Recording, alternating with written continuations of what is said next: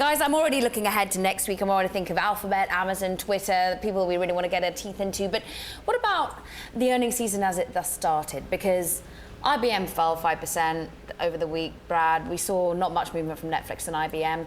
Are you feeling there's much anticipation towards this key earnings season? Yeah, well, next week things really get started, but this week considered a preview. Netflix, very interesting. User growth a little bit below analyst estimates, so the stock kind of wobbled a little bit. Netflix said that they didn't have that big production like a House of Cards this quarter to go and boost membership numbers, but net profits were up. It's interesting. When they don't have a new show, it tends to look more like a tech company, higher margins. When they do have a new show, it looks more like a media company.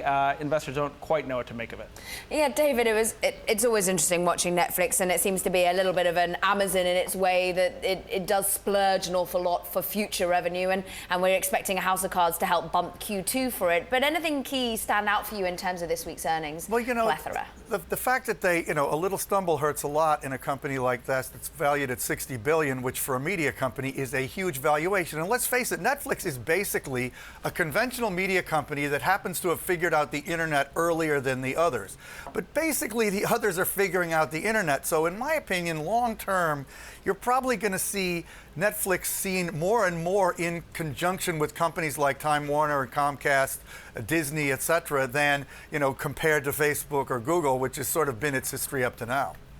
I mean, you're just talking about its particular valuation. When its price to earnings is 187, according to the Bloomberg terminal. That is something to keep an eye on. No wonder it's so sensitive to its numbers and how they come out. Let's flick it on a gear and let's talk about F8, because that's what really captured the imagination here in Silicon Valley, because we heard from Facebook, really the next big bet being augmented reality, Brad, but we also heard about being able to understand words through your skin, being able to have mind reading. What did you think of it? Well, of course, I'm interested to hear what David thinks about this. But the augmented reality thing, a lot of people couldn't resist making the comparison to Snap, and of course, what it has been doing with augmented reality. I consider it to be the kind of Pokemon Go-ification of the world. Can we bring all these digital wonders to our phones, overlay it with real reality, come up with new solutions? Zuckerberg obviously is insanely competitive. He is going obviously where Snap is. And then with the Building 8 stuff, the skin connectivity, obviously there's a goal there to create a long-term vision that can maybe inspire investors and customers. And developers who they're sat in front of. David, you're a man who's written the book on Facebook. What did you think of F8? Well, I guess I have a slightly less cavalier view than Brad, partly because I think with Facebook, I've followed them so long and so closely and seen them do things so many times that people thought they wouldn't be able to do. So number one, on the augmented reality, I think it is the right move for them. I think it's extremely smart that they're talking about that more and virtual reality less, even though they bought Oculus, because I think in the long run, augmented reality is what really solves a lot of their biggest problems. And if you think about this extraordinary letter that Zuckerberg wrote a month or so ago about how he wants to be the community for the world, the reason it's so hard for him to do it is because it's all virtual, and virtual stuff takes us away from the real world. Augmented reality has this potential to blend it all together. I think that's very cool. Building 8, there's some great stuff there too, which I could talk about. David, do you think Facebook needs, or any tech company needs, the glasses to make augmented reality real? I mean, why do we want to look down at our phones to understand the real world around us? I mean, isn't that why Pokemon Go eventually sort of fizzled out? Yeah, I think it's a great question. Obviously, we don't have the interface for augmented reality. Do I think we will have it? Yes. Do we know what it is? No. Do I want to have a big stupid glasses on my face? No.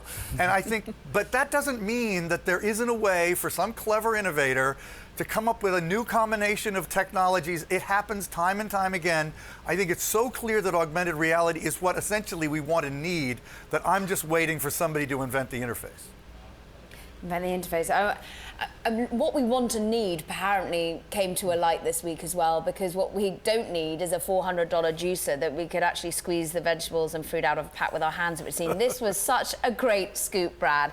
Tell us about what Olivia Zaleski and Ellen Hewitt brought to us. Yes, let's thank them for squeezing such joy into our lives this week. Basically writing about a very high-profile Silicon Valley company, Juicero. It has raised more than $100 million to create a connected juicer, and what they determined and demonstrated in a nice pithy video is that you can just squeeze these bags of juice and get a quite nice glass of fruit and vegetable juice without the the expensive device. And the CEO responded somewhat defensively, and people had a lot of fun with it, perhaps because it reveals a little bit of the ridiculousness of Silicon Valley at its worst, which is it's not really solving problems for regular people. It is coming up with high-priced solutions for a very high-priced lifestyle. Yeah, David, I mean, these weren't just any venture capitalists, though, that backed this company. I mean, we saw Google Ventures in on the act, KPW.